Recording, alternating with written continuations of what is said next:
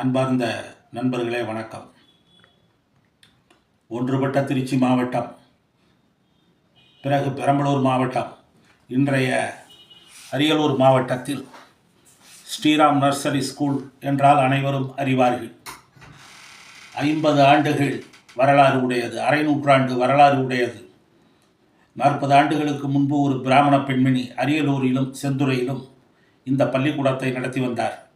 குறைந்த சம்பளம், குறைந்த வருமானத்தில் மாணவர்களுக்கு சேவை செய்ய வேண்டும் என்பதற்காக தொடங்கப்பட்ட ஒரு ஆங்கில வழி பள்ளி, நர்சரி ஸ்கூல். அதில் 100 ரூபாய், வெறும் 100 ரூபாய், 150 ரூபாய் சம்பளத்திற்கு கணக்கு பிள்ளையாக வந்தவர் கணபதி.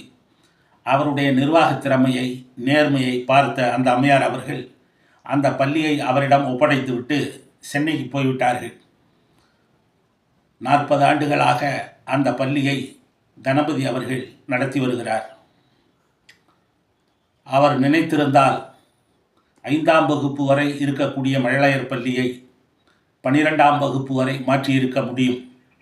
அவர் நினைத்திருந்தால் கல்லூரி வரை அல்லது ஐடி, பாலிடெக்னிக் கொண்டு வந்திருக்க முடியும். அவருக்கு பெற்றோர்கள், மாணவர்களுடைய ஆதரவு இருக்கிறது. ஆனாலும் போதும் என்ற மனமே புண் செய்யும் மருந்து என்று 40 ஆண்டுகளாக இந்த பள்ளியை நடத்தி வருகிறார். இது போதும் என்கிற மனம் இந்த காலத்தில் மிகவும் அபூர்வமானது. சாதாரணமாக இருக்கக்கூடியவர்கள் அற்பனுக்கு வாழ்வு வந்தால் அர்த்தராத்திரியில் குடை பிடிப்பான் என்பார்கள். அப்படி ஊழல் பெருச்சாளிகள், லஞ்சம் வாங்கக்கூடியவர்கள் பல பேர் இந்த சமுதாயத்தில் அரைகுறையாக இருப்பவர்கள். சைக்கிள் 3 விதம், 2 வீலர் 3 விதம், கார்கள் 2 விதம் என்று ஆடம்பர வாழ்க்கை வாழ்கிறார்கள்.